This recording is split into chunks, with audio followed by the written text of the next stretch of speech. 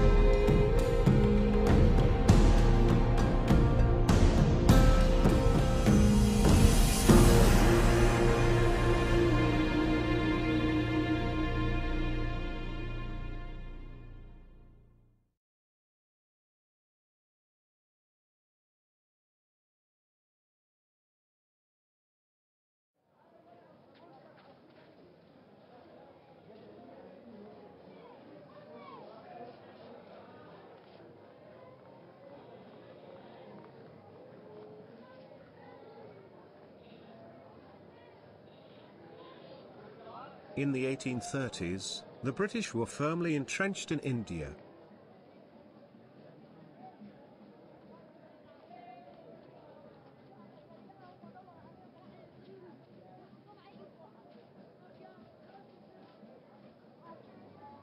But by 1837, the British feared a Russian invasion of India through the Khyber and Bolan passes as the Russian Empire had expanded towards the British Dominion of India.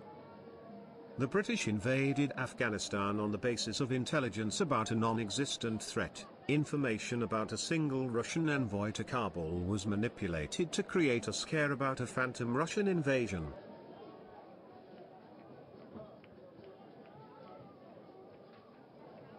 The British sent an envoy to Kabul to form an alliance with Afghanistan's Emir, Dost Muhammad, against Russia.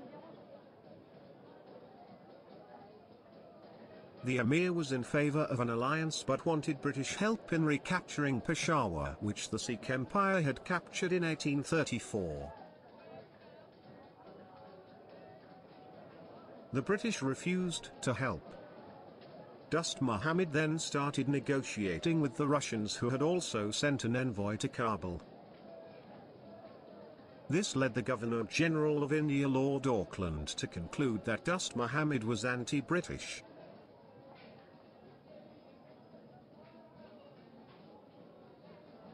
British fears of a Russian invasion of India took one step closer to becoming a reality when negotiations between the Afghans and Russians broke down in 1838.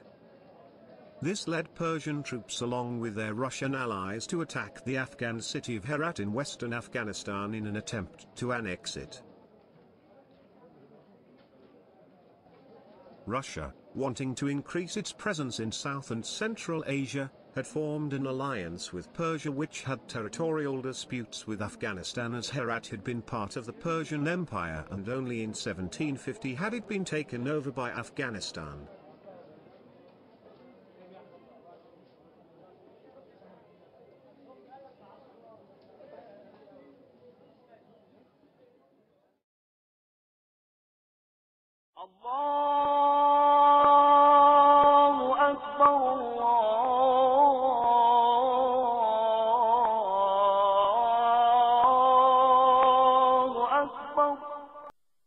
Lord Auckland's plan was to drive away the besiegers and install a ruler in Afghanistan who was pro-British in place of the current Afghan ruler.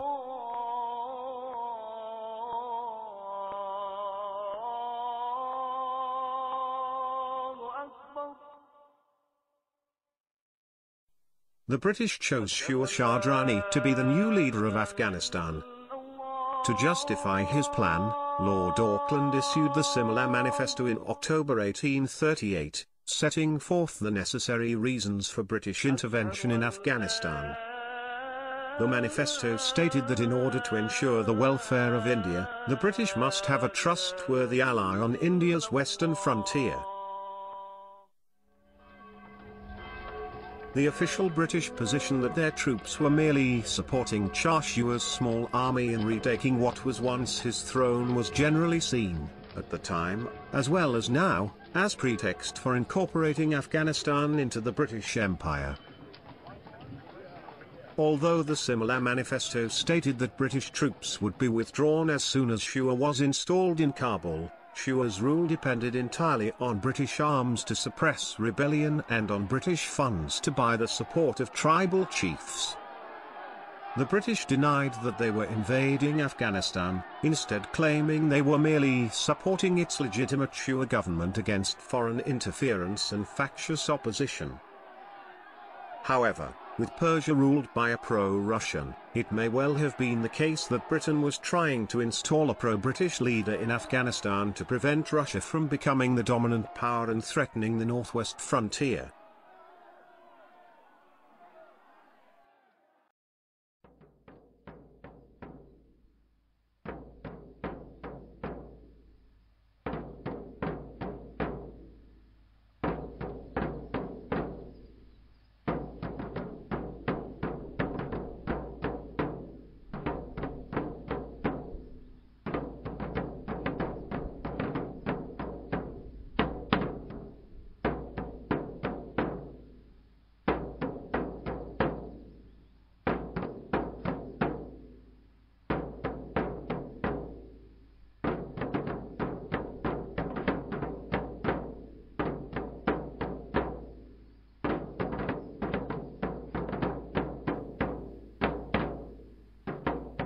An army of 21,000 British and Indian troops under the command of Sir John Keane, subsequently replaced by Sir Willoughby Cotton and then by William Elphinstone, set out from Punjab in December 1838. With them was William Hay Macnaghten, the former Chief Secretary of the Calcutta government, who had been selected as Britain's chief representative to Kabul. By late March 1839, the British forces had reached Quetta, crossed the Bolan Pass and begun their march to Kabul. They advanced through rough terrain, crossed deserts and 4,000-meter-high mountain passes, but made good progress and took Kandahar on April 25, 1839.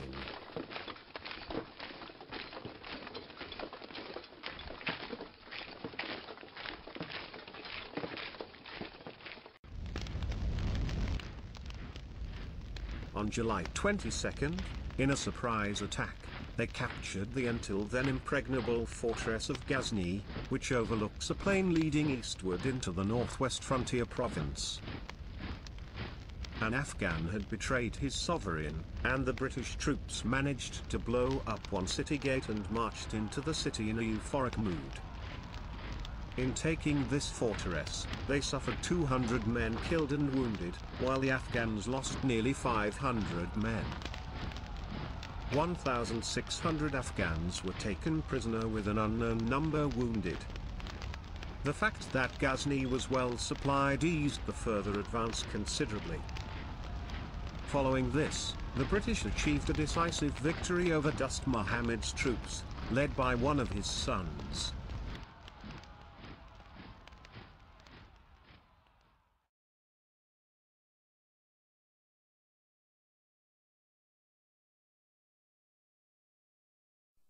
Dost Muhammad fled with his loyal followers across the passes to Bamiyan, and ultimately to Bukhara. In August 1839, after almost 30 years, Shua was again enthroned in Kabul.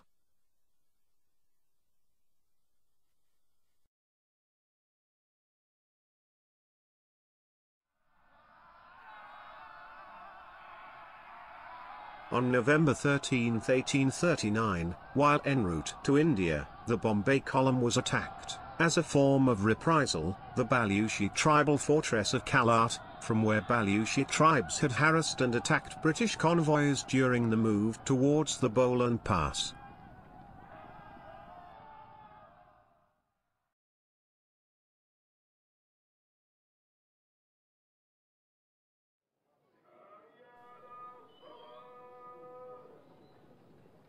The majority of the British troops returned to India, only 8,000 remained in Afghanistan, but it soon became clear that Shua's rule could only be maintained with the presence of a greater number of British forces.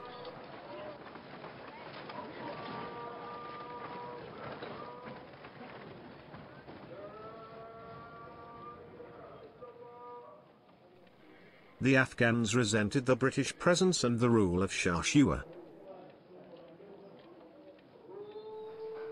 As the occupation dragged on, William Hay McNiggton allowed his soldiers to bring their families to Afghanistan in order to improve morale. This further infuriated the Afghans, as it appeared the British were setting up a permanent occupation.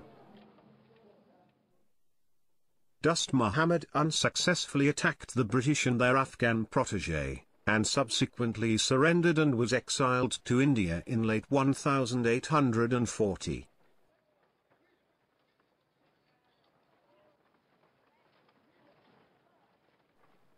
By this time, the British had vacated the fortress of Balakhisar and relocated to a cantonment built to the northeast of Kabul. The chosen location was indefensible, being low and swampy with hills on every side. To make matters worse, the cantonment was too large in relation to the number of troops camped in it and had a defensive perimeter almost 2 miles wide. In addition, the stores and supplies were in a separate fort, 300 yards from the main cantonment.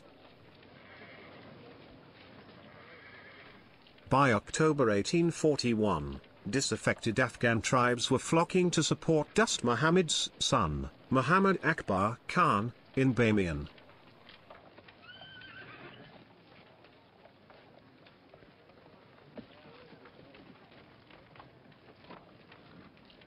In November 1841, a senior British officer, Sir Alexander Secundus, and his aides were killed by a mob in Kabul. The British forces took no action in response to the incident, which encouraged further revolt. The British situation soon deteriorated when Afghans stormed the poorly defended supply fort inside Kabul on November 9. In the following weeks, the British commanders tried to negotiate with Akbar Khan. McNiggton secretly offered to make Akbar Afghanistan's vizier in exchange for allowing the British to stay, while simultaneously disbursing large sums of money to have him assassinated, proceedings that were reported to Akbar Khan. A meeting for direct negotiations between McNiggton and Akbar was held near the cantonment on 23 December, but McNiggton and the 3 officers accompanying him were seized and slain by Akbar Khan. McNiggton's body was dragged through the streets of Kabul and displayed in the bazaar. Elphinstone had partly lost command of his troops already and his authority was badly damaged.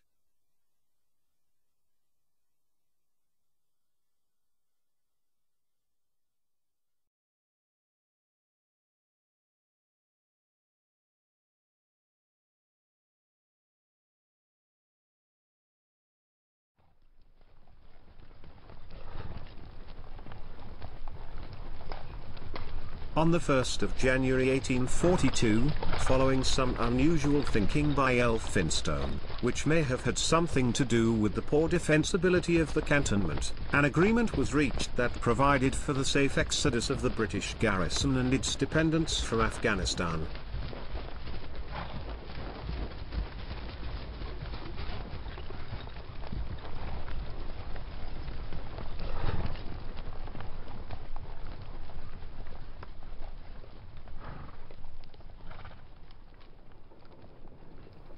Five days later, the withdrawal began.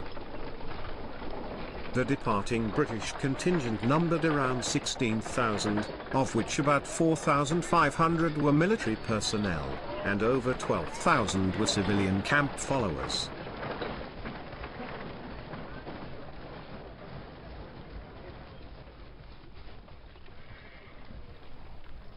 The military force consisted mostly of Indian units and one British battalion, 44th Regiment of Foot.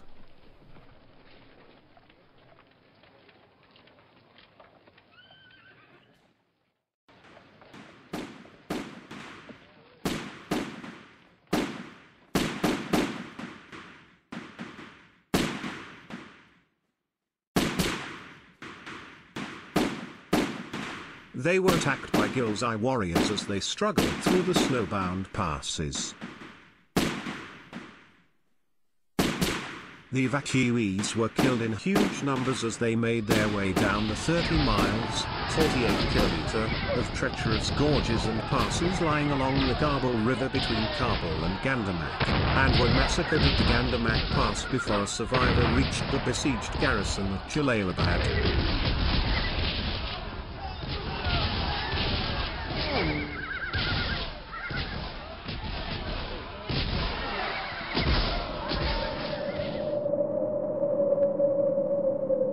The force had been reduced to fewer than 40 men by a withdrawal from Kabul that had become, towards the end, a running battle through 2 feet of snow.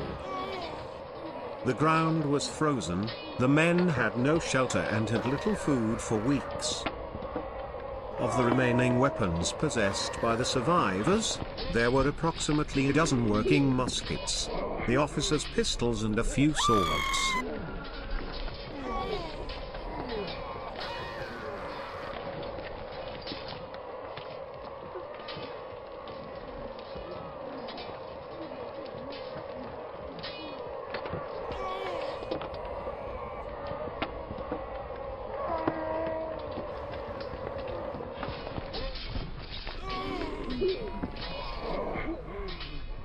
The remnants of the 44th were all killed except Captain James Souter, Sergeant Fair and 7 soldiers who were taken prisoner.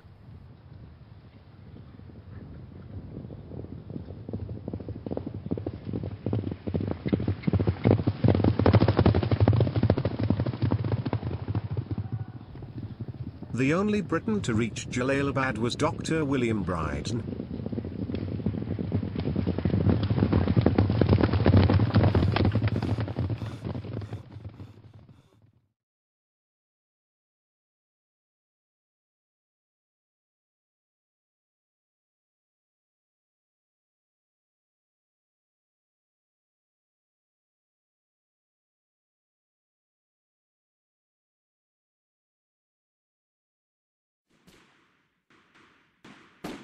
Along with the attacks on the garrison at Kabul, Afghan forces also beleaguered the other British contingents in Afghanistan. These were at Kandahar, where the largest British force in the country had been stationed, Jalalabad, held by a force which had been sent from Kabul in October 1841 as the first stage of a planned withdrawal, and Ghazni.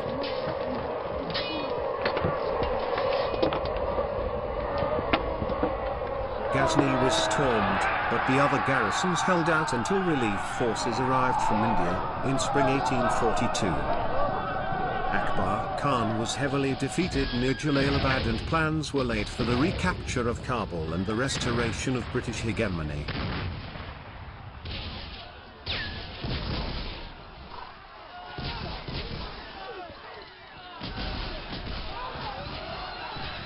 However, following a change of government in Britain, Lord Auckland had suffered a stroke and had been replaced as Governor-General by Lord Ellenborough, who was under instructions to bring the war to an end.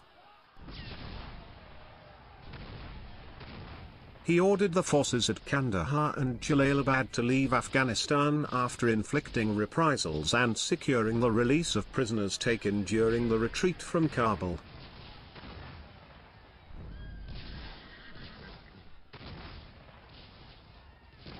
In August 1842, General Nott advanced from Kandahar, pillaging the countryside and seizing Ghazni, whose fortifications he demolished.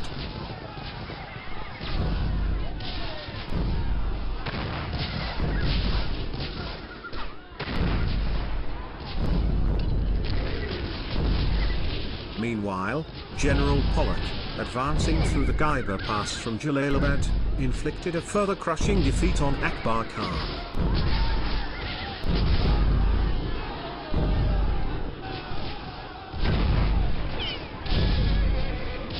The combined British forces defeated all opposition before taking Kabul in September.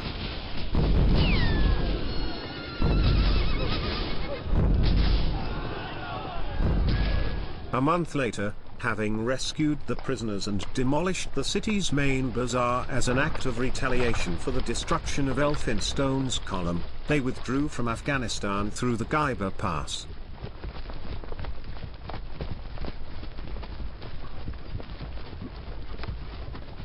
Dost Muhammad was released, re-established his authority in Kabul, and died on June 9, 1863.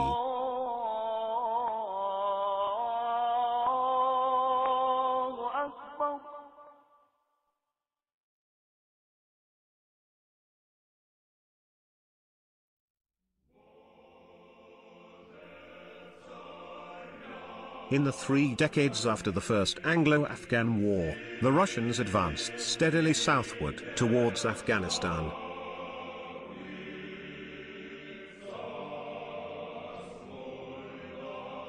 In 1842, the Russian border was on the other side of the Aral Sea from Afghanistan, but 5 years later the Tsar's outposts had moved to the lower reaches of the Amu Darya.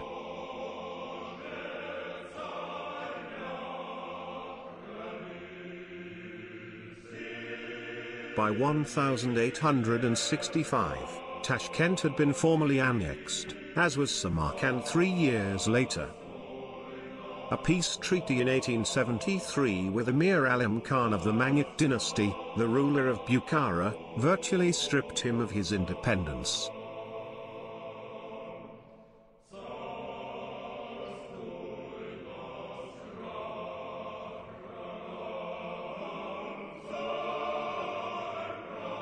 Russian control then extended as far as the northern bank of the Amu Darya.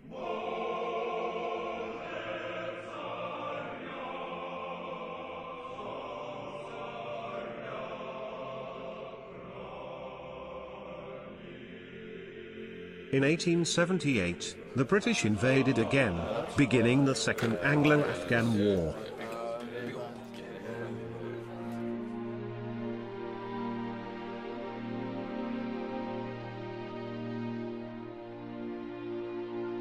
Lady Butler's famous painting of Dr. William Brydon, initially thought to be the sole survivor, gasping his way to the British outpost in Jalalabad, helped make Afghanistan's reputation as a graveyard for foreign armies and became one of the great epics of empire.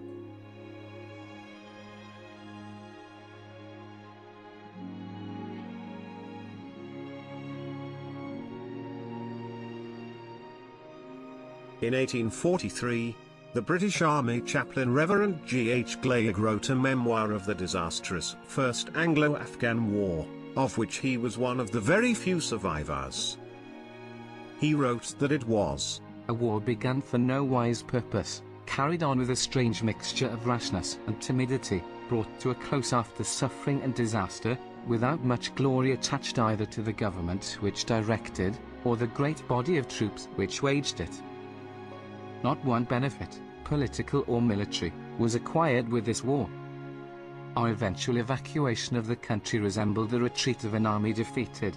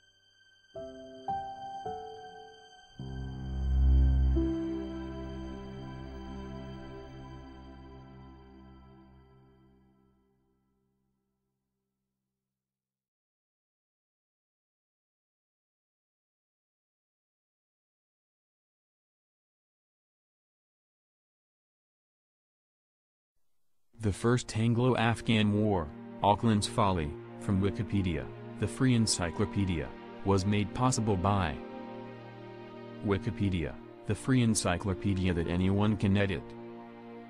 Ivona Recordings, let the world hear what you really have to say. Subtitle Edit, version 3.1. Windows Live Movie Maker, movie making magic.